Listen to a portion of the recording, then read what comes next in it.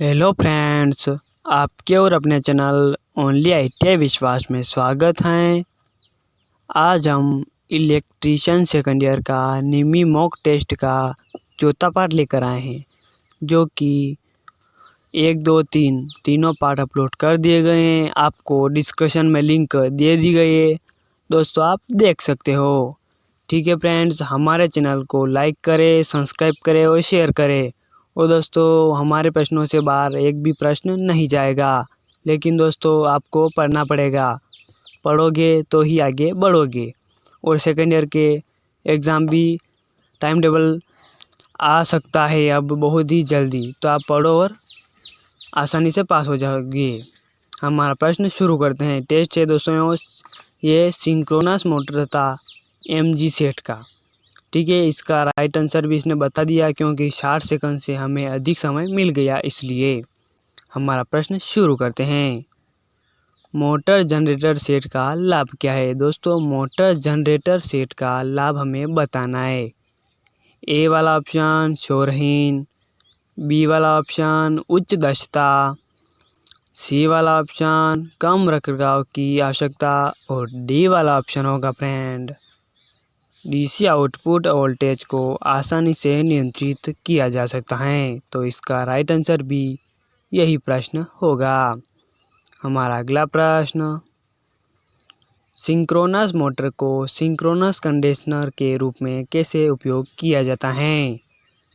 Synchronous motor को synchronous conditioner के रूप में कैसे उपयोग किया जाता है? तो सिंक्रोनस, तो इसका राइट आंसर कौन सा होगा दोस्तों? तो इसका राइट आंसर दोस्तों बी वाला ऑप्शन राइट होगा, रोटर उत्तेजना में बदलाव। ठीक है फ्रेंड्स, हम डायरेक्ट आंसर ही देखेंगे, क्योंकि हम आंसर देखेंगे तो हमारा ध्यान क्यों है कि वो हमारा ध्यान भटकेगा नहीं, तो हमें वो प्रश्न आराम से याद होंगे और कोई दिक्कत नहीं होगी। तो इसका राइट आंसर बी वाला ऑप्शन राइट होगा, रोटर उत्तेजना में बदलाव। अगला प्रश्न, कौन सी कन्वर्टर में उच्च दक्षता है? तो कौन सा होगा दोस्तों? तो इसका राइट आंसर दोस्तों ए वाला ऑप्शन राइट होगा, ACR कन्वर्टर।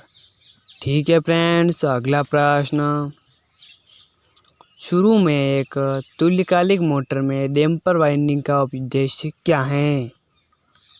तो इसका राइट आंसर कौन सा होगा सकता है? तो हम अनुभव से कह सकते हैं, और हमें याद भी नहीं है दोस्तों, तो हम किसी पे भी क्लिक करेंगे तो इसका राइट आंसर ये बता देगा।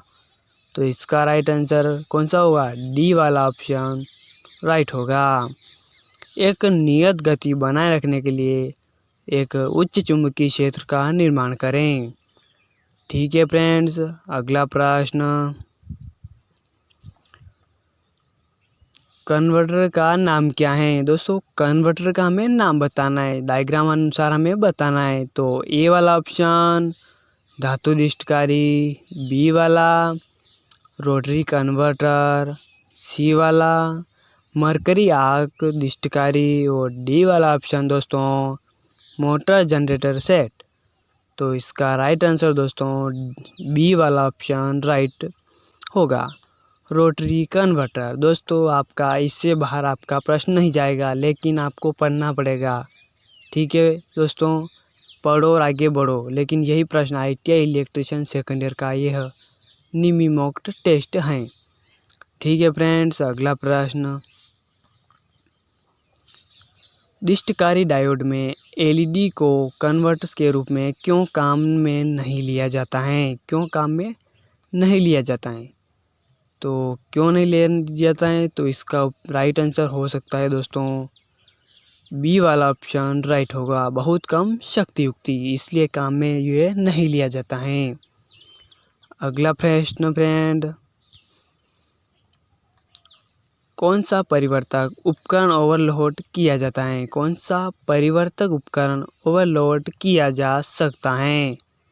ए वाला ऑप्शन दिष्टकारी यूनिट। तो इसका राइट आंसर कौन सा हो सकता है? ए वाला ऑप्शन ही राइट होगा, दिष्टकारी यूनिट। ठीक है फ्रेंड्स, अगला प्रश्न, सिंक्रोनस मोटर को चलाने के लिए उत्तेजक क्यों आवश्यक हैं? उत्तेजक क्यों आवश्यक है सिंक्रोनस मोटर को चलाने के लिए? तो ए वाला ऑप्शन मोटर में अधिक भार ले जाएं, और बी वाला पावर फैक्टर में सुधार, सी वाला मोटर में होने वाले नुकसान को कम करें, और डी वाला ऑप्शन मोटर को तुल्यकालिक गति से चलाएं। ठीक है दोस्तों, तो आपको क्या करना है कि सिंक्रोनस का आपका भी कौन सा भी प्रश्न आए तो आपको एग्ज़ाम में सिंक्रोनस प्रश्न में बता रहा है तो एग्ज़ाम में डी वाला ऑप्शन ही राइट लगाना है, क्योंकि सिंक्रोनस में अधिकतर प्रश्न बैठेंगे दोस्तों, तो डी वाला ऑप्शन ही राइट होगा। ठीक है, तो डी वाला ऑप्शन आपको याद नहीं है तो, और याद है तो उसमें तो देख लेना, आपको आराम से आ ही जाएगा। और याद नहीं है और प्रश्न में सिंक्रोनस आ गया तो डी वाला ऑप्शन लगा देना है, और इसका राइट आंसर डी वाला ऑप्शन ही राइट होगा। मोटर को तुल्यकालिक गति से चलाएं। किस एप्लीकेशन को केवल डीसी की आवश्यकता होती है? केवल डीसी की आवश्यकता होती है। हेलो ठीक है फ्रेंड्स, केवल डीसी की आवश्यकता होती है वो हमें बताना है। तो ए वाला विद्युत लेपन, तो इसका राइट आंसर यही हो सकता है, विद्युत लेपन। अगला प्रश्न, इन्वर्टर का कार्य क्या है? तो कौन सा कार्य हो सकता है? तो इन्वर्टर का कार्य है दोस्तों डीसी को एसी में बदलना, यह इन्वर्टर का कार्य है। ठीक है फ्रेंड्स, अगला प्रश्न, जो इन्वर्टर और कन्वर्टर दोनों के रूप में कार्य करता है तो कौन सा होगा? तुल्यकालिक कन्वर्टर। दोस्तों दोनों के रूप में कार्य करता है तो वो होगा तुल्यकालिक कन्वर्टर। ठीक है फ्रेंड्स, अगला प्रश्न, तुल्यकालिक मोटर में डैम्पर वाइंडिंग का कार्य क्या है? तो कौन सा होगा दोस्तों? तुल्यकालिक हमने बता ही दिया, तुल्यकालिक या सिंक्रोनस, तो डी वाला ऑप्शन ही लगाना है। मिलते जुलते आपको देखना है तो डी वाला ऑप्शन ये राइट होगा। सिंक्रोनस मोटर शुरू करें। अगला प्रश्न, सिंक्रोनस मोटर सिंक्रोनस गति से क्यों नहीं चलती हैं? दोस्तों सिंक्रोनस मोटर सिंक्रोनस गति से क्यों नहीं चलती हैं वो हमें कारण बताना है। तो इसमें होगा अपर्याप्त उत्तेजना। कौन सा दोस्तों? अपर्याप्त उत्तेजना, यानी कि ए वाला ऑप्शन राइट होगा। अगला प्रश्न, कैसे तुल्यकालिक गति मोटर पावर फैक्टर सुधारक के रूप में कार्य करता है? तो सुधारक के रूप में कार्य करता है तो कौन सा होगा? तो बी वाला ऑप्शन राइट होगा, फील्ड उत्तेजना में बदलाव। अगला प्रश्न, सिंक्रोनस मोटर का मुख्य अनुप्रयोग कौन सा है? तो मुख्य अनुप्रयोग कौन सा है? सिंक्रोनस। दोस्तों मोटरें कितने प्रकार की होती हैं? एक तो असिंक्रोनस मोटर और सिंक्रोनस मोटर। ठीक है दोस्तों, इसका ध्यान रखना है। तो अधिकतर मोटरें कितनी होती हैं? सिंक्रोनस होती हैं, और बहुत कम असिंक्रोनस। हाँ, इसका उल्टा है दोस्तों, तो आपको समझ लेना है। तो इसका राइट आंसर डी वाला ऑप्शन राइट होगा, power factor correction device. Synchronous motor operation के लिए डीसी आपूर्ति क्यों आवश्यक है? क्यों आवश्यक है दोस्तों? तो इसका राइट आंसर डी वाला ऑप्शन राइट होगा। ठीक है दोस्तों, इसमें भी सिंक्रोनस नाम आया तो कौन सा आया? डी वाला ऑप्शन राइट आया।